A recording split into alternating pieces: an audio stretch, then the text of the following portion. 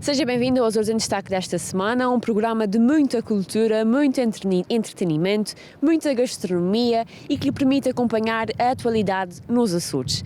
Esta semana nós estamos no concelho da Ribeira Grande. A semana passada, como já viram, estivemos no concelho de Ponta Delgada, em São Vicente Ferreira, como vemos no pano de fundo, e esta semana vamos até o concelho de Vila Franca do Campo, onde fomos visitar a Rota da Olaria, que inaugurou na passada semana. Na Rota da Olaria, a olaria é conhecida por ser uma antiga tradição do concelho e vamos até lá. Este roteiro representa a história desta comunidade. Era uma comunidade de oleiros que se centrou aqui na Vila Nova, na Junta de Freguesia de São Pedro. Esta atividade económica envolvia não só os oleiros, mas como também os carreteiros, que faziam a venda da louça por toda a ilha, os borriqueiros, que normalmente traziam a lenha para alimentar os fornos para o cozimento da louça, e também ainda tinha ligações com as transportadoras que traziam o barro da ilha de Santa Maria e os extratores marienses. Portanto, era uma atividade económica com muito peso para o concelho. E consegue-me então, doutora Telma, explicar um pouco sucintamente o roteiro então das olarias? Muito bem. Nós temos 4 espaços, cada um deles tem as suas particularidades. O roteiro inicia-se na loja e recepção, onde as pessoas podem adquirir peças, souvenirs, peças artesanais realizadas aqui na vila, e também podem ver a olaria de Mestre João da Rita, que ainda vai fazendo algumas peças tradicionais. Não com o barro da Ilha de Santa Maria, mas com o barro que nos chega hoje facilmente através das superfícies comerciais. Posteriormente vem para este espaço que nós nos encontramos, que é um forno que está desativado. Era um forno coletivo que era alugado aos oleiros e pertencia a Manuel Jacinto de Carvalho. Portanto, este forno tem uma estrutura típica, tem 2 câmaras de combustão e para a louça ficar pronta, ele tinha normalmente que estar recorrentemente a ser alimentado a lenha durante 4 dias e 4 noites. Portanto, era um trabalho desgastante, os oleiros ajudavam-se, nunca havia um oleiro sozinho quando estava a fazer o cozimento da louça, era sempre necessário um trabalho de equipa. Eles normalmente dormiam aqui neste espaço para poderem observar se não havia mudanças bruscas de temperatura, para que nada acontecesse à louça e ela saísse cozida e perfeita. A seguir temos a olaria do José Batata. Este mestre é sui generis dentro de todos os oleiros vilafranquenses que nós conhecemos, uma vez que ele extrapolava a técnica artesanal, ele já empregava alguma criatividade, portanto, à partida ele já se distancia daquele artesanato e das peças somente utilitárias, mas passa também por uma veia criativa que já por si só reflete um pensamento um pouco artístico. Nesse sentido, nós pensamos que este espaço, que foi o último que ele elaborou, devia de lhe prestar uma homenagem, porque a vida de oleiro não era uma vida fácil, como já referi, e realmente ele conseguiu, através da sua arte, tocar as pessoas, não só através da sua arte e da sua obra, mas também da sua personalidade. Não há ninguém aqui que não conhecesse ou que não se recorde do mestre José Batata, das suas conversas, das suas teorias. Ele era de facto uma pessoa importante para o nosso concelho. Portanto, quando vocês se dirigem lá, além de terem todo um ambiente rústico, característico de uma olaria, vão poder ver também algumas das suas peças originais e um vídeo de uma entrevista que foi feita ao artista Tomás Borba Vieira, uma vez que ele foi seu contemporâneo, privou com ele, ajudou-nos a fazer esta homenagem. Portanto, nesta entrevista ele vai refletir sobre o que era privar com esta personalidade e este oleiro. Posteriormente, e para finalizar, temos mais uma olaria. Portanto, o roteiro é composto por 3 olarias e um forno. A última olaria, de seu nome Olaria Mestre António Batata, como o próprio nome indica, era do irmão de José Batata. Era muito comum os oleiros serem familiares, uma vez que esta tradição e este conhecimento era partilhado de geração em geração. Esta olaria é também a nossa olaria museu, é a mais antiga, é maior e foi remodelada no sentido de ficar o mais aproximado das suas características originais, como depois vão ter a oportunidade de ver. Este espaço sempre funcionou como uma extensão ao Museu Municipal da Vila, onde estão as peças em exposição, e normalmente nós realizamos aí as atividades práticas, workshops, formações, que têm a ver, obviamente, com esta temática e esta tradição da louça da Vila e da olaria vilafranquense. A ideia surgiu pela própria Junta de Freguesia, que apresentou este projeto à Câmara, e obviamente a Câmara ajudou em tudo que era necessário.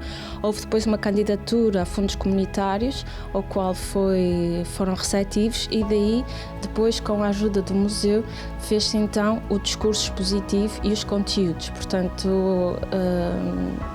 foi um trabalho de equipa, e nós temos a sorte destes espaços, 2 deles serem da Junta, outros 2 serem da Câmara, portanto foi mais fácil gerir estes bens e fazer esta reabilitação, uma vez que já não dependem de privados. E só para finalizar, doutora Thelma, acha que então, portanto, este roteiro irá, portanto, imortalizar este património aqui no Concelho de Vila Franca do Campo? É muito bonita essa palavra, imortalizar, sim. Vai salvaguardar, vai conservar esta memória coletiva, porque era comum quem vinha à vila ver a louça nas ruas a secar, ver os carreteiros de porta em porta, nos próprios mercados do Senhor Santo Cristo, do Senhor da Pedra, havia as loucinhas da vila. É uma característica tão especial e que diz muito a estas pessoas, faz parte da identidade coletiva, da memória destas pessoas. E eu penso que com estes 4 núcleos e com este roteiro, sem dúvida que será uma mais-valia de futuro para todas as gerações vindouras conhecerem esta história. Nós por cá continuamos nas piscinas municipais da Ribeira Grande e já de seguida vamos até ao concelho de Ponta da Algada, onde podemos falar com Hugo Raposo, ele que produz a guitarra clássica e portuguesa e que nos falou um pouco mais sobre o fabrico e o modo de fazer este artesanato. Até já! Sou construtor já há 18 anos. Comecei isso bem com 12, 13 anos. Pronto, a partir daí aprendi com o meu pai também é construtor. Pronto, fui aprendendo, trabalhando muito, né? São artes que a gente tem que se dedicar muito a isso. E também especializei-me lá fora no continente. Estive com o mestre Gilberto Grácio, que é da família Grácio, né? E pronto, tive lá uma especialização. E depois vim para cá trabalhar, né? Se é uma vida, tem que se trabalhar. E que tipo então de violas e guitarras é que constrói? De quase todo o tipo. Guitarras portuguesas, violas da terra, viola clássica, flamenca, bandolins também. Já tem uma certa gama, né? E como é que você arranja os materiais? Há algumas violas que, portanto, precisem de alguma madeira mais específica para ser trabalhada? Sim, todos os materiais que eu tenho são adquiridos, vêm de fora, né? Vêm de certas zonas da Europa. Pronto, é tudo através de materiais de fora que vem. E conseguiria-me, portanto, explicar um pouco, passo a passo, o processo então de fabrico de uma das violas, talvez alguma que esteja agora de momento a trabalhar? Passo a passo, isso é uma coisa que tem que dizer muito resumida, senão a gente nunca mais saia daqui. O passo a passo começa-se a construir a parte do topo, que é a primeira parte do instrumento.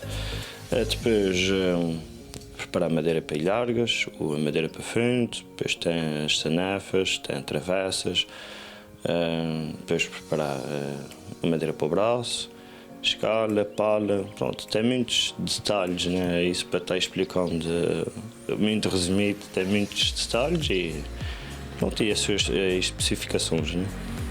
E há algum tipo de viola que lhe dê mais prazer em fazer? Todas elas dão, né?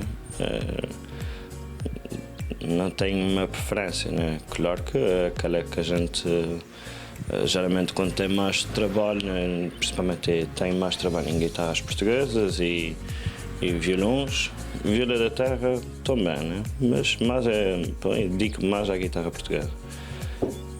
Claro que todas elas dão prazer, né? O principal é ver o cliente e a pessoa feliz com aquilo que te queria. E em média, quanto tempo é que então leva a construir um destes instrumentos? Isso é muito relativo. Se é força construir um topo de linha, né? Leva muito mais tempo. Para começar, os materiais são mais difíceis de criar, são mais caros e a construção também implica certos outros cuidados que tem que se ainda respeitar mais e as coisas estão mais ao detalhe, né? Uma viola normal pode levar aí cerca de 2 meses e meio, uma normal, né? As outras, com mais especificações, pode chegar até aos 4, 5 meses, né? À vontade. E para além de você ser um mestre por trás da construção da guitarra, também é um mestre a tocá-la? Não. Tocar eu não sei tocar. Então você é mesmo só construir? Não é só construir. Eu toco umas coisinhas, um lá, um sol, só para ver se o instrumento tem bom som ou não. Mas a música eu não sei tocar muito. Parece mentira, mas é a realidade. Eu dedico-me mais à parte de construção. O meu pai é que toca, né? Ele é que é músico, toca viola de fado e tem muita ajuda da parte dele nesse sentido, né? Que é muito importante. É o fundamental, né? E acha que este é um tipo de negócio que nunca irá morrer? Só morre se a gente quer. A gente tem que tirar tempo para tudo, né? Mas derivado daí à situação que hoje em dia a gente se encontra, né? Isso, qualquer negócio não está fácil, né? A gente tem que ter força de vontade e continuar e cabeça erguida, mesmo que muita coisa que a gente esteja mal, mas pronto, há de ficar melhor um dia, né? E já de seguida, não perca a seguir ao nosso pequeno intervalo a receita dos biscoitos de massa sovada e ainda a visita à fábrica da Iossur. Até já! Seja bem-vindo à segunda parte do Açores em Destaque. Nós continuamos no concelho da Ribeira Grande e temos agora por trás de nós o Pico da Barrosa, onde fica situada a afamada Lagoa do Fogo. Não perca já a seguir a peça sobre os biscoitos de massa sovada da Dona Lúcia, uma receita que de certo não lhe deixará indiferente e ficará, de certo, tenho a certeza, que ficará com muita vontade para experimentar estes biscoitos. Fique desse lado. Até já! Dona Lúcia, mais uma vez no Faial da Terra, na cozinha da avó e desta vez para os biscoitos de massa sovada. É uma tradição aqui do Faial da Terra, quando era das festas do Espírito Santo, os mordomos, que eram as pessoas que tinham que preparar a mesa para vender o produto para o aumento financeiro do Espírito Santo. E as pessoas incluíam o biscoito de massa e vendiam muito. Até que hoje, presentemente, a cozinha da avó, sempre que há os impérios do Espírito Santo, elas vêm cá porque compram tudo fora. E elas vêm cá me encomendar os biscoitos de massa, ou vêm cá encomendar os biscoitos de massa. Isso é a mesma massa da massa. Só que em vez de nós fazermos um bolinho ou fazermos a massa, optamos e fazemos uma argola pequenina, é um biscoito de massa. Portanto, é tendido de outra maneira, é feita uma bolinha pequenina e depois... Nós fazemos um furinho ao meio e esticamos o máximo que a gente pode esticar para fazer o tamanho. Depois, o processo, ou seja, é tudo igual até fazer isto? E depois o processo é igual ao da massa, só quando a gente termina de tender a massa, deixamos sempre um bocadinho consoante a quantidade de biscoitos que precisamos fazer. Tendemos o biscoito, a levada também aqui. E quando acabamos de cozer a massa, cozemos o biscoito, em que ele é tudo pincelado com com ovo, igual a massa, e depois vai para o forno. E depois temos o nosso biscoito de massa. Biscoito da massa. Dona Lúcia, muito obrigada pela sua presença neste programa mais uma vez, sempre com receitas e com tradições que nos inspiram e que nos lembram os nossos antepassados, que nos lembram, dá aquele gostinho de que cheira água na boca, como se costuma dizer. Obrigada aí, boa tarde.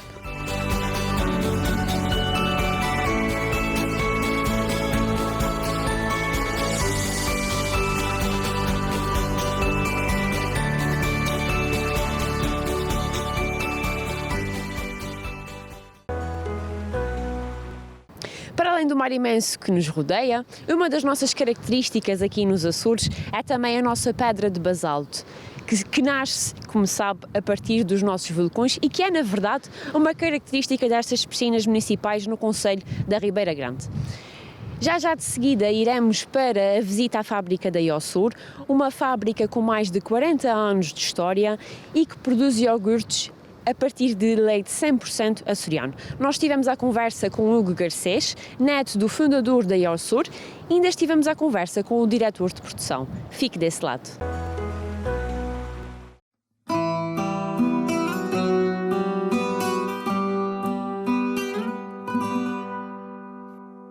A Iossur começou num projeto em 1978, quando se formou esta empresa, e da qual depois evoluiu com uns sócios dentro de uma determinada família, que porventura é a minha família, a família Garcês, e que em parceria com uma outra pessoa que dá o nome à empresa, Garcês e Santos, que depois se formou esta empresa, este projeto que surgiu de uma ideia e de uma lacuna que existia na altura no mercado, com a utilização de laticínios dos Açores que eram tão apreciados e que continuam a ser, e que não existia ninguém com esta ideia dos iogurtes. E de facto o mercado dos Açores não tinha nenhuma alternativa deste género.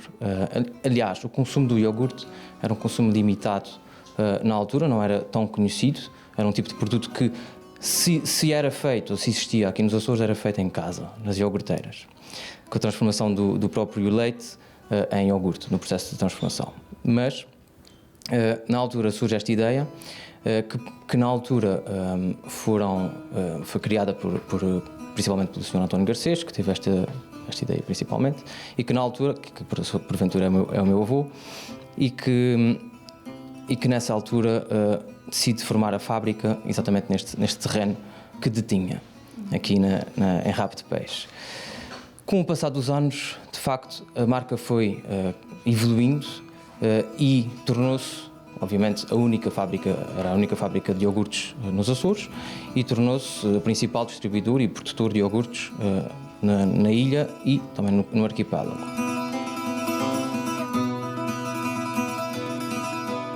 Nós vamos seguindo aquilo que é a tendência do mercado. Para além de querermos ser iguais a nós próprios, com os nossos iogurtes sólidos tradicionais que já temos desde sempre, desde a fundação desta empresa, nós vamos seguindo as tendências do mercado. A tendência em Portugal muitas vezes é o consumo dos iogurtes líquidos e de facto a Iossur tentou acompanhar essa mesma tendência e investiu nessa mesma tipologia de produto, que agora também faz parte do Cardex da empresa e da nossa capacidade produtiva. Mais tarde surgem os iogurtes gregos. Nós quisemos criar uma outra variante desta mesma tipologia de produto, sem querermos ser mais um dentro do mercado com a mesma tipologia, criamos os nossos gregos dos Açores. E essa mesma marca, ou submarca da Iossur, foi aquilo que nós quisemos marcar pela diferença de uma tipologia de produto, que para nós é uma tipologia que não é exatamente o iogurte grego, mas que vai buscar um pouco dessa tipologia de produto, mas é o nosso próprio iogurte grego, ou o nosso próprio tipo de iogurte inteiro, iogurte com a totalidade da gordura, e que para nós é um dos nossos ex-libris, sem dúvida nenhuma.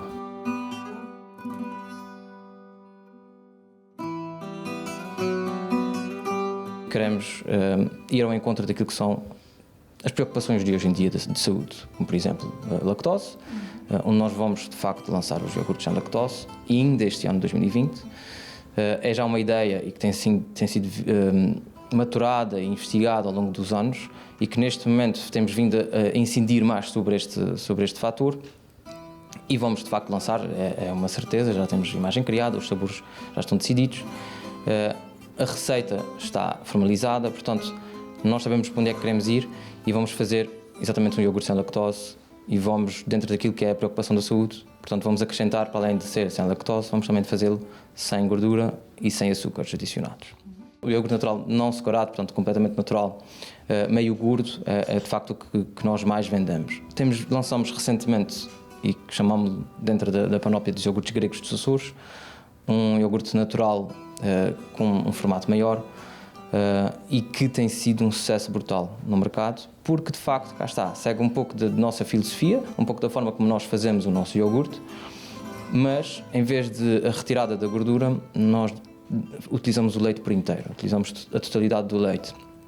E com isto conseguimos um produto quase o mais natural possível. E esse produto está incrível, está de facto com uma qualidade magnífica.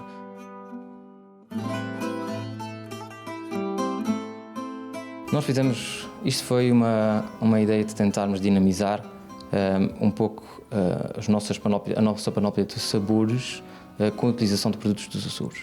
E como nós sempre utilizamos os nossos iogurtes gregos, frutas açorianas, e que sempre foi a nossa preocupação a utilização de ingredientes açorianos acima de tudo, nós quisemos, quase que nesta edição limitada, não os chamamos exatamente assim, mas colocamos no mercado estes 3 produtos diferentes e que quisemos divergir um pouco daquilo que era o básico.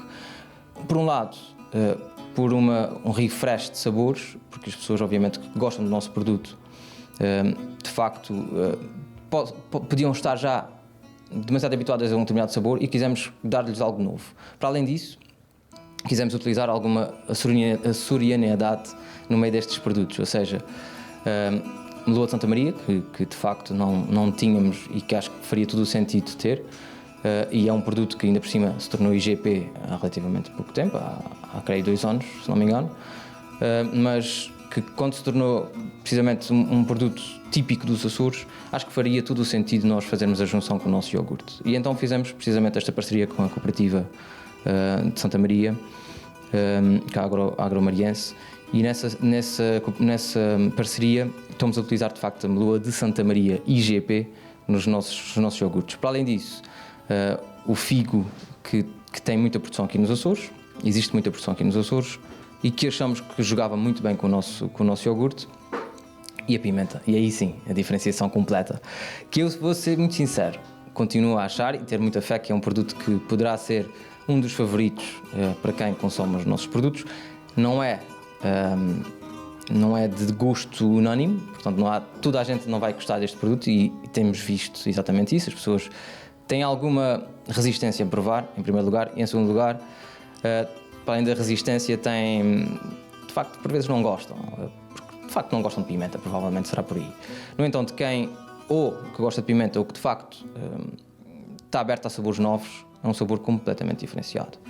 E até recentemente tivemos alguns elogios e um artigo que saiu que explica muito bem aquilo que é a surpresa no sabor ao experimentar este produto completamente diferente. Eu, sinceramente, pessoalmente, achei incrível como conjugou e sinceramente também estava com esta mesma desconfiança inicial.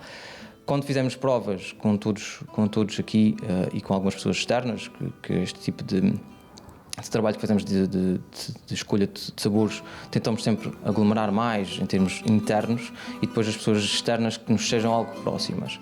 Por vezes fazemos algumas provas com clientes, mas a verdade é que a surpresa no sabor, na conjugação dos 2 sabores foi quase unânime. Há pessoas que obviamente não foi o seu favorito, mas a maioria das pessoas de facto foi o favorito dos 3 novos que iam sair.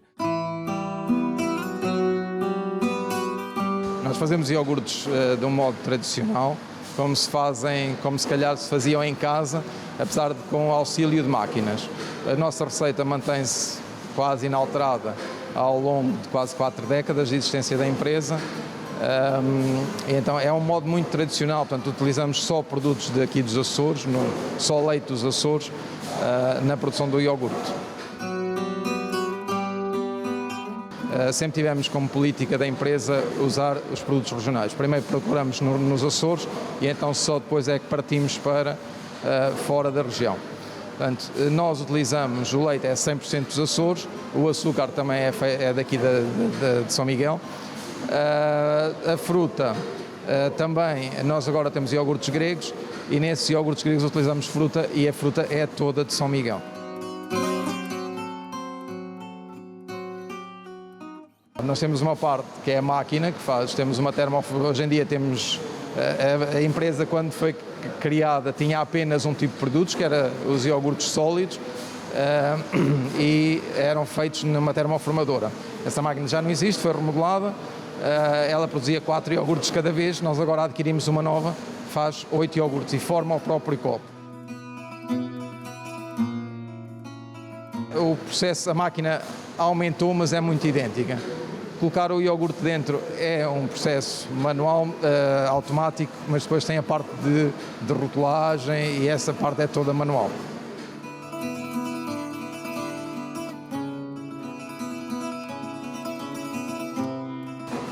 Nós vimos que o mercado estava a começar a procurar gelatinas prontas a comer, porque existiram sempre as gelatinas dos pacotes que nós utilizávamos em casa e que fazíamos. E nós vimos uma oportunidade de negócio também, porque a máquina era a mesma, deixávamos de ter um plástico do copo, em vez de ser branco, passava a ser transparente e vimos uma oportunidade de negócio nesta parte. Começámos por fazer uma receita, adquiríamos quase o pó como nós também em nossa casa fazemos, depois fazíamos todo o processo, era muito idêntico, o processo de produção da gelatina é tradicional. A gente aqui tenta fazer as coisas sempre um bocadinho ao modo tradicional.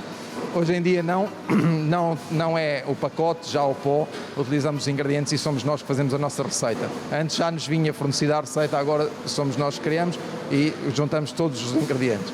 Mas fazendo da mesma forma, de modo tradicional, como parte de água quente, parte de água fria, como se faz em casa, como qualquer pessoa faz uma gelatina em casa. Só que em vez de ser numa taça grande, sem pacotinhos pequeninos.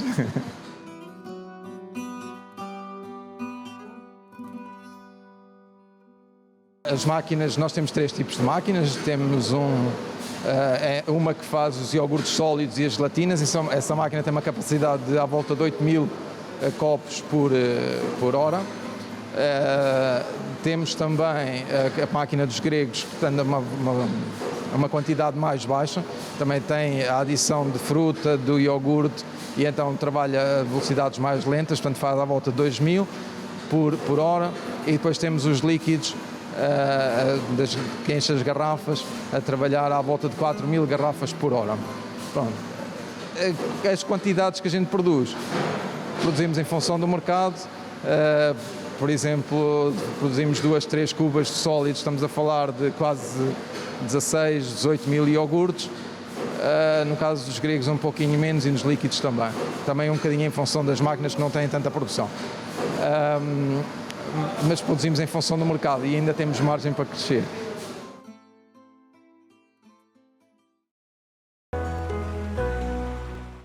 Da nossa parte é tudo, já sabe, se quiser entrar em contacto connosco pode fazê-lo através de azuresendestaque@gmail.com. Se quiser visitar alguém que não sabe muito bem como é que está, se quiser visitar algum sítio de que tenha muitas saudades e se quiser até mesmo ver mais alguma receita para além das tantas que nós já lhe trazemos todas as semanas. Fique desse lado, proteja-se, fique em casa, até para a semana.